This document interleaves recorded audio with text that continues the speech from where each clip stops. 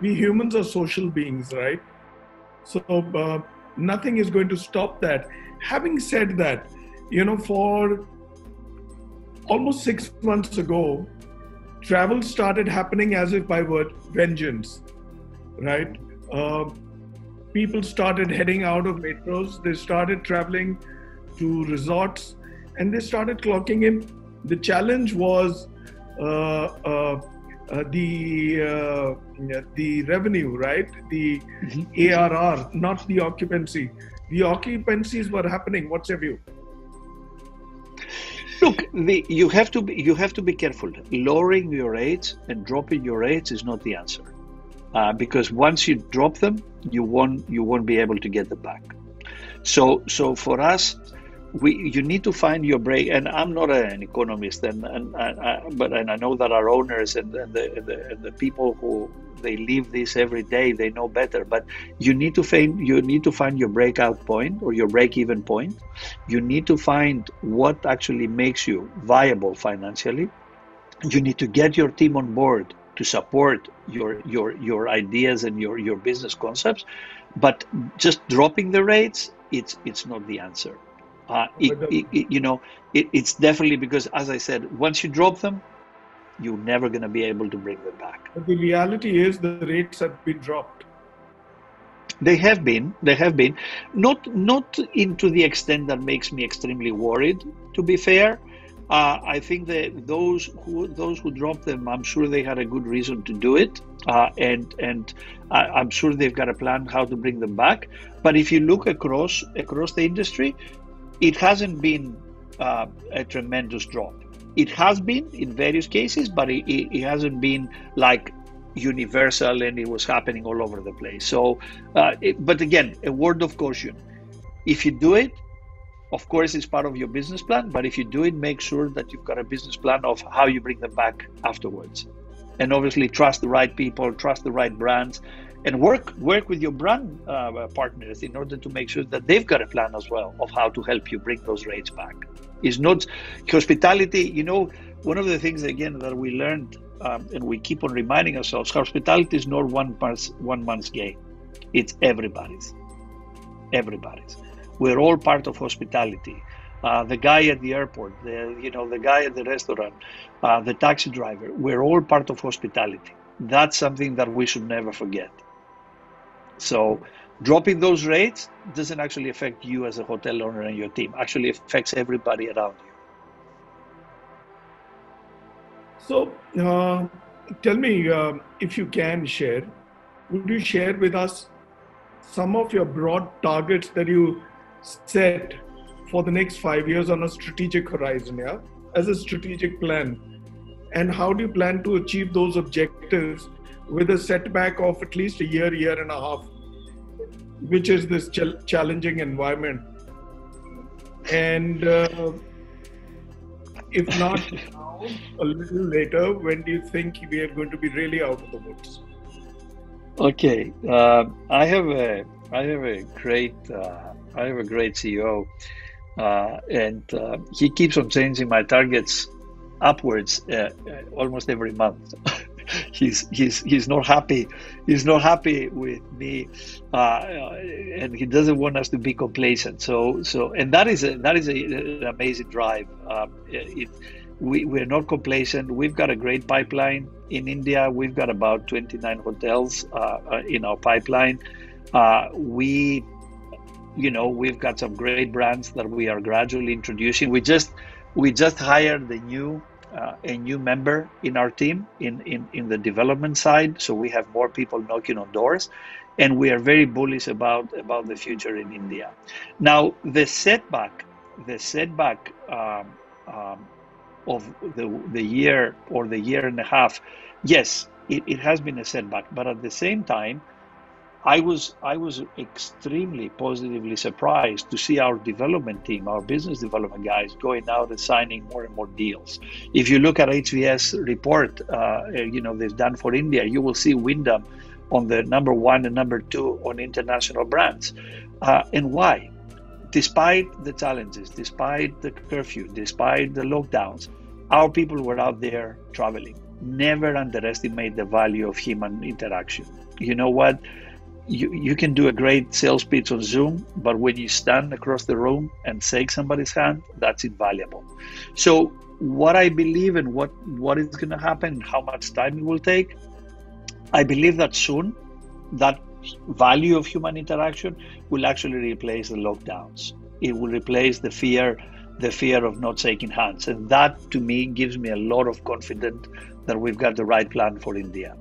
I am extremely bullish and extremely confident, not just because we have the right brands and the right owners, it's the right time, and we have the right team as well. So tell me, in your view, I mean, a lot of people would have asked you this question. From where we stopped, right, where we broke the proverbial nib of the pen, right, in say March of 2020, right, we were at a certain level of business. When do you think we are going to hit that back? Tell me a period.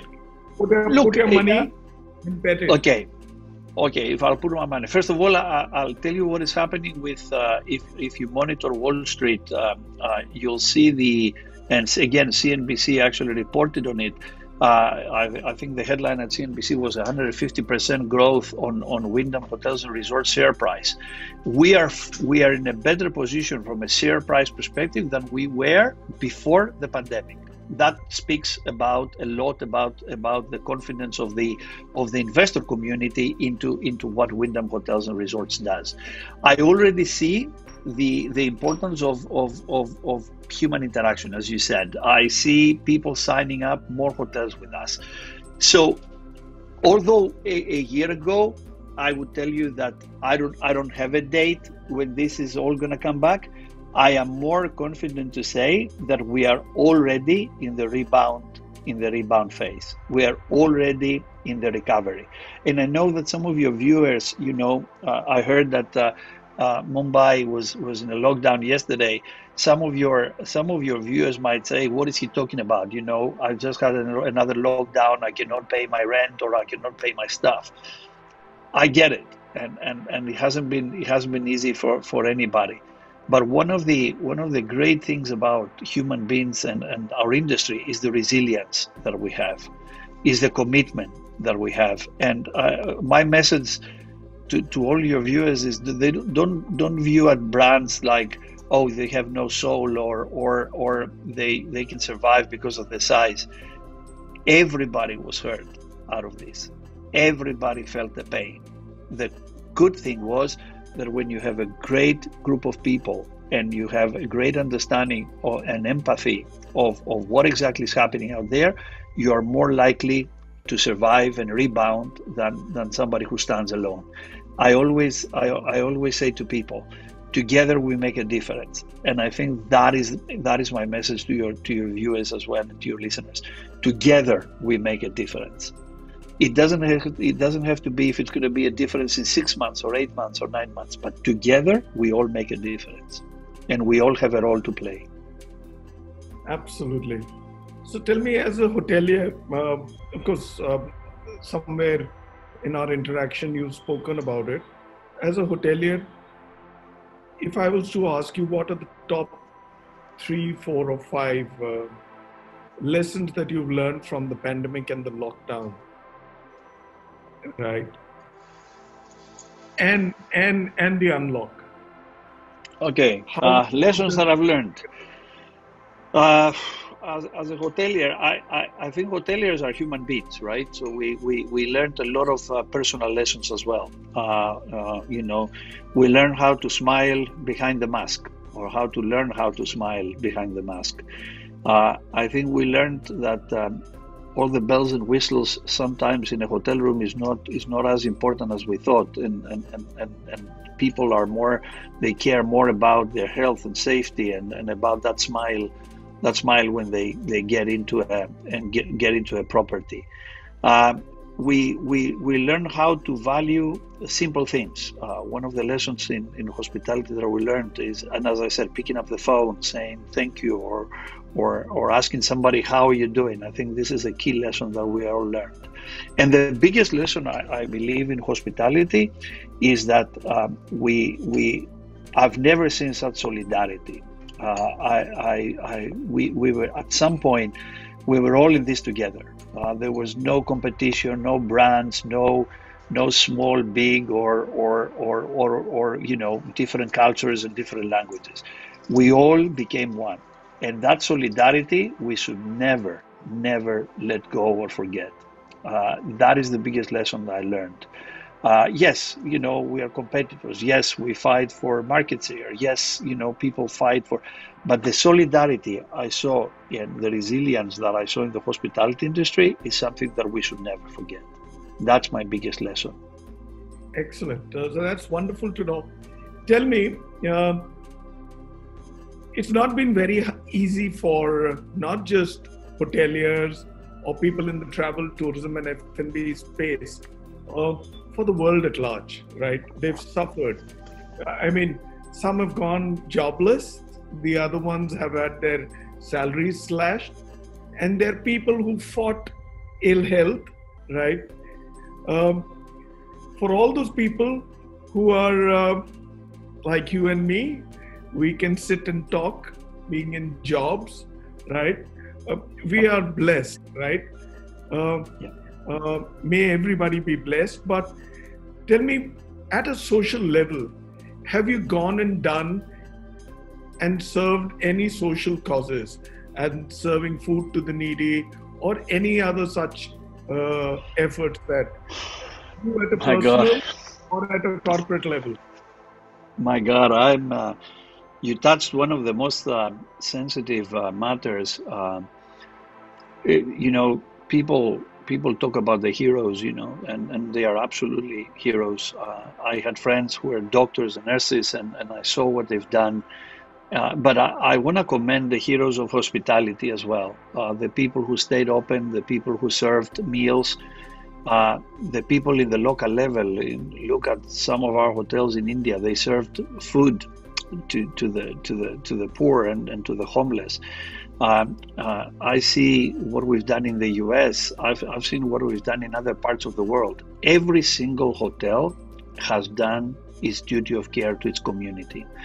I've never seen, and it's part of that solidarity that I spoke about earlier, I've never seen so many people getting together for the common good. I was so proud at some point to see so many of our hoteliers. We put a relief fund together to help jobless people, people who lost their jobs. The good news for those of you, and you're so right, we sit here in my flat in London and your beautiful home in Delhi, and we talk about, all these great things. And what about the people who lost their jobs? I feel so. I read the news this morning.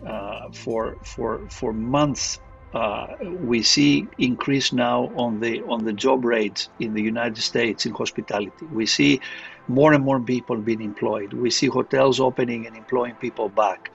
We should never stop until we get everybody back. This would be one of our key targets as an industry. And I know that it's not going to be easy. Technology will replace a lot of jobs, and I know things are going to be tough. But you know what? We should never stop. We should never stop making sure that we can bring as many people back from those who've been affected and lost their jobs. On a personal level, I have a cause that I'm extremely proud, and I've been involved for years. And actually relates to India. I am on the board of Crystal House India. Crystal House is a beautiful school in Bangalore, supports kids from very poor communities. I'm on the board of the school in Europe, and I support India. When I lived in South Africa, I worked very closely with a Cape Town school, and Crystal House. It's one of the charities that we support as Wyndham, and it's very close to my heart. I've visited the school with my team about a year ago, and it was such an amazing opportunity to see these kids and see what they have achieved, and the level of education. So it all starts with the kids. It all starts with the education. It all starts with making a difference in those lives, and our world is going to be a far better place. And that's my personal commitment, and that's what I do for my personal time. But as an industry, I think we've done, the heroes of hospitality. We've done some amazing things for our local communities, and we keep on doing them. We will, and this is one of the other lessons we should never forget. Never forget to give back, because, as you said, we are among the blessed ones, and there are so many people who aren't. So I'm so glad I asked you the question that I did ask. I've got two questions which I'm going to ask towards the end of our interaction. One of the better takeaways of the lockdown has been how we started valuing things, not just relationships, not just time, not just health, right? We took sustainability a lot more seriously, right? And sustainability for a high consuming industry of all resources is hospitality, right? Be it electricity, be it any kind of consumable, plastics, water, right? By way of air conditioning, lighting, the entire thing. What is your approach to sustainability in the hospitality industry then and now? It hasn't actually changed. I think sustainability is not the flavor of the month or the year. Whoever discovers sustainability just in 2020, I think they were doing something wrong. Sustainability was a key part of Wyndham strategy for years. It's part of our yearly reports. It's part of our message. It's part of one key part of our values. And again, I'm extremely proud to say that I am a member representing Wyndham Hotels Resorts on the Hospitality Alliance. Hospitality Alliance, and I think a couple of the brands, of the Indian brands, are actually part of. It's a group of big companies and smaller companies, not just big ones, that we talk about sustainability in tourism and how we can actually make a difference for our planet and the people who live on it. Hospitality Alliance, as I said, I represent Wyndham on the board. Is our number one objective is to offer and to promote a more sustainable tourism, and we've done some amazing initiatives the last 2-3 years, especially when we became more and more active. Together, all the brands that they sit on the board and the team, they represent about 30-35% of the industry's total in amount of rooms. So it's a good part of our business. So my message is very simple. Sustainability, it doesn't actually start with it starts with the CEO, but it goes down to every single one of us. You can talk about sustainability in your reports, but unless it is down to every single employee and every single member of the team, you won't actually make it happen. So those who discover sustainability the last year, welcome on board. But for Wyndham, it has always been one key strategy of ours and one of our core values: how we actually build and promote a more sustainable environment and more sustainable industry as well. So that's a wonderful response, and truly said. The other thing is, in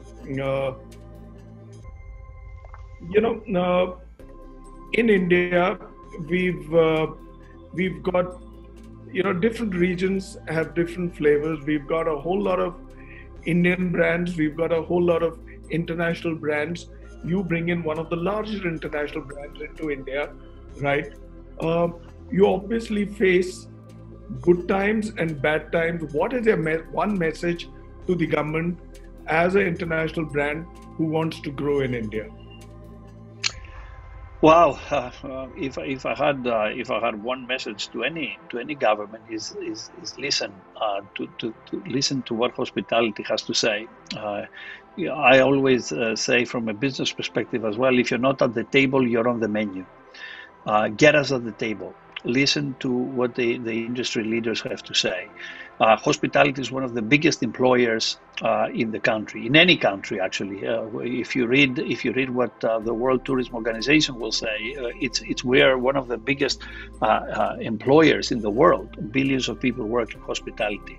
Look at the indirect and direct effect that we've got in the community and the society. So give us a seat at the table. Listen to us. Make sure that you listen to what we've got to say, and at the same time think of hospitality not just the hotels.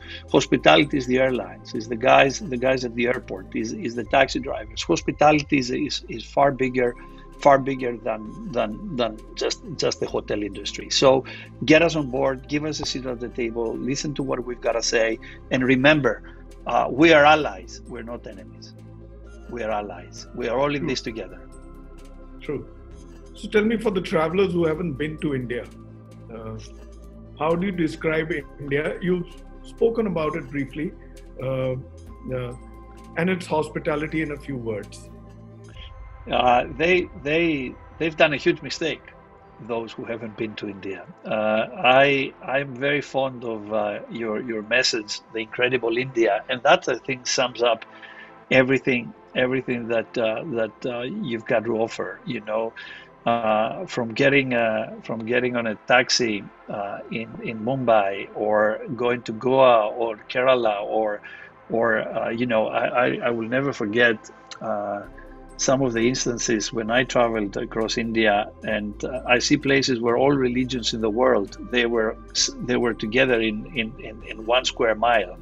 You don't see that. You look at you visit the Taj Mahal, and you sit there and you're like, oh my God. And here's a guy who's been to the Parthenon, right? And I need to compete now in terms of between the Greeks and the Indians. But this is what it's important.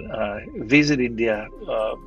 Enjoy the spices, the food, the flavors, the smile of the people, and the tolerance. I think India has amazing tolerance as a nation, and you've got so much to offer, and you've got so many things to teach the world. I was about a year and a half ago, when I was in a taxi, and the taxi driver said, "Oh, where do you come from?"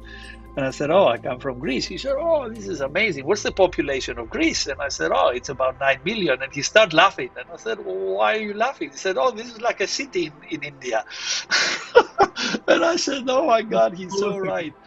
The whole of Greece is like a city in India." And that tells me everything about what India has to offer.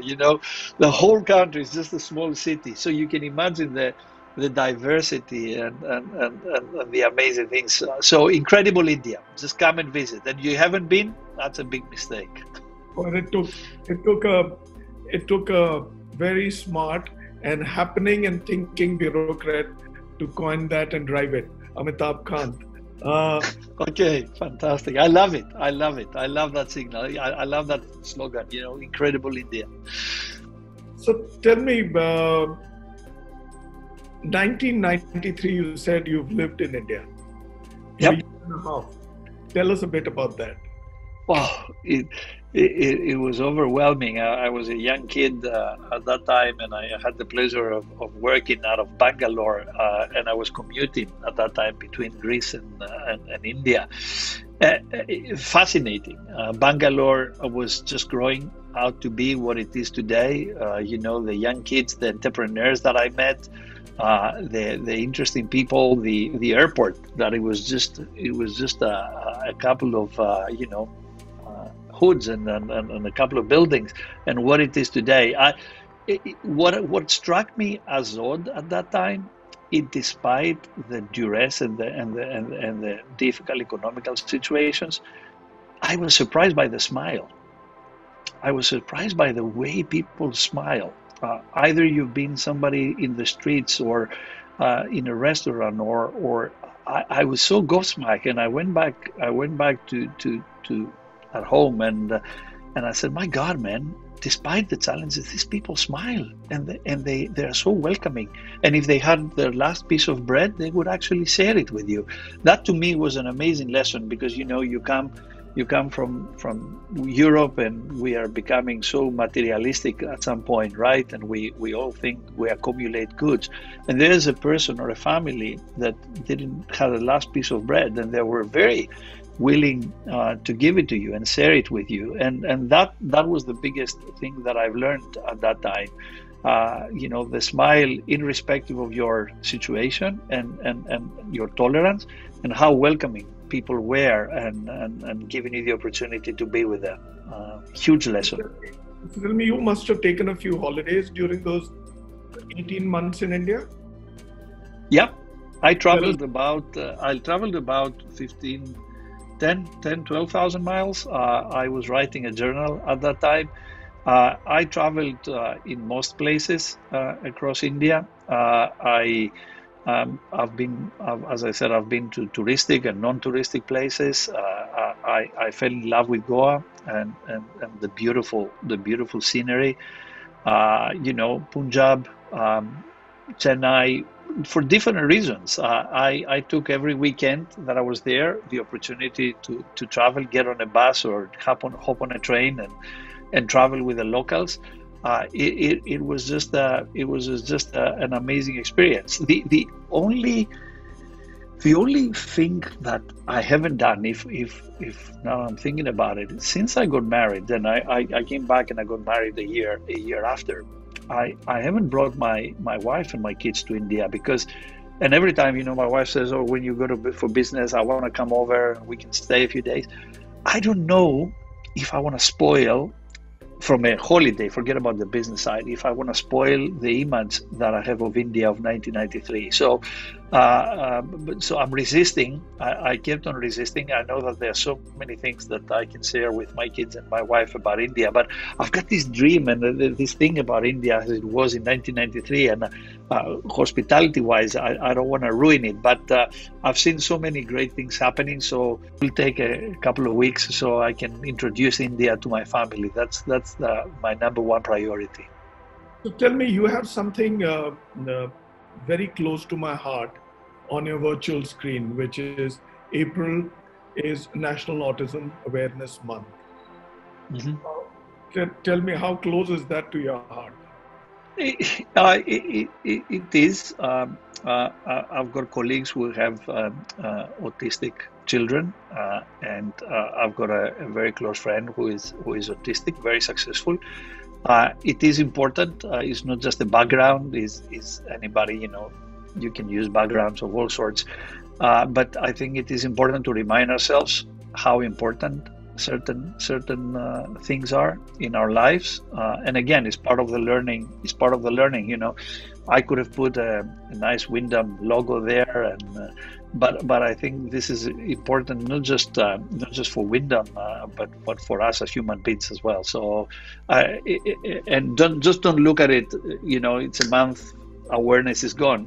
It's every day of our lives that we have to remind ourselves that they are challenges. Children are some of the smartest children. Absolutely. They have some part missing. We have a few parts missing, right? We don't realize, but their missing part is slightly pronounced, but they're very smart. I have an autistic child, in the family, a cousin's son, and my close friend's son is autistic too. Some of the smartest children. So I'm very, very happy that you put this up there, right? That sends a very positive message. And that also, in some manner, sums up Dimitris as the person I am speaking with today. Dimitri, it's really been a wonderful session that I've had with you. You're a wonderful person, right? Thank you. And Wyndham is in very safe, secure, big and good hands. May you do well. Yeah. May Wyndham go places. Thank you. And happiness to you, your family, and all your colleagues. Namaste, and incredible India. Namaste. Thank you very much. And look to see you soon in India. God bless. Thank you for giving me the opportunity. Cheers. Thank you for your time. Thank you. Such a wonderful. Thank you again. Thank you. Bye-bye. Thank you very much. Thank you. Thank you.